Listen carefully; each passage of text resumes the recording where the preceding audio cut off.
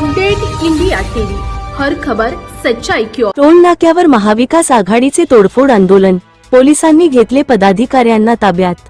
दारवा कारंजा मार्गावरील भुलाई भांडेगाव दरम्यान सुरू करण्यात आलेल्या टोल नाक्याविरोधात महाविकास आघाडीच्या वतीने मार्च 11 रोजी दुपारी 12 वाजता टोलनाक्यावर तोडफोड आंदोलन करण्यात आले।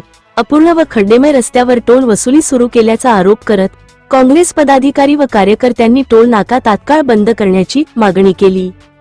यावेळी आंदोलकांनी टोल नाक्याजवळ एकत्र येत शासनाविरोधात घोषणाबाजी केली। नागरिक, शेतकरी, व्यापारी व वाहनधारकांवर अन्यायकारक टोल वसुली थांबवावी, अन्यथा आंदोलन अधिक तीव्र करण्यात येईल, असा इशाराही आंदोलनकर्त्यांनी दिला। यावेळी महाविकास आघाडीच्या पदाधिकाऱ्यांना पोलिसांनी ताब्यात घेतले। या आंदोलनात राहुल ठाकरे, माजी अध्यक्ष, जिल्हा परिषद यवतमाळ प्रकाश नवरंगे, अध्यक्ष, दारवा तालुका काँग्रेस कमिटी, शिवसेना उबाठाचे उपजिल्हा प्रमुख अजय गाडगे, तालुका प्रमुख संतोष ठाकरे, शहर प्रमुख अमोल दुधे, नगरसेवक सय्यद फारूक, ज्ञानेश्वरराव बोरकर, पंढरीनाथ सिन्हे, गजानन बिबेकर, अजय पाटील ठाकरे, अतुल राऊत, सरफराज खान, मनोहर नवरंगे, मसूद खान, अजिम शहा, ज्ञानेश्वर खोडे, ज्ञानेश्वर कदम, राजीव अवचट यांच्यासह काँग्रेस पक्षाचे पदाधिकारी, कार्यकर्ते व नागरिक मोठ्या संख्येने उपस्थित होते। यवतमाळ जिल्हा प्रतिनिधी वीरेंद्र चव्हाण।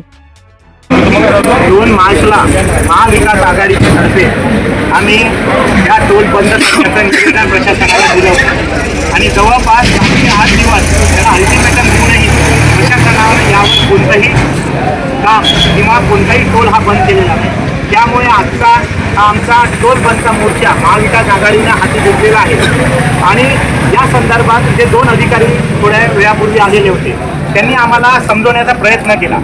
खऱ्या अर्थाने दिग्रस, दारवा आणि कारंजा या भागातला या रोडचा हा टोल इथे स्वीकारत आहे, पण खऱ्या अर्थानं जर आपण पाहिलं तर दिग्रस आणि दारवा इथे 80% सिमेंट रोडचं काम झालेलं आहे आणि दारवा ते कारंजा इथे कोणतंही काम नाही। लोक 10 ते 15% काम झालेलं असूनही पूर्ण 100% टोल हा दारवा, कारंजा आणि यवतमाळ जाणाऱ्या लोकांकडून ते त्यांना त्रास होईल अशा पद्धतीनं टोल वसूल करण्यात येत आहे। त्यामुळे यांना त्वरित आम्ही सांगितलं की आजच्या आज हा टोल बंद व्हावा, कारण हा अन्यायकारक कारंजा ही फार मोठी बाजारपेठ आहे शेतकऱ्यांसाठी। सातत्याने दारवा असो, आर्मी असेल किंवा यवतमाळची इथून रहदारी शेतकऱ्यांची सातत्यानं चालू असते। त्याच्यामुळे कारण नसताना जर हा टोल त्यांच्याला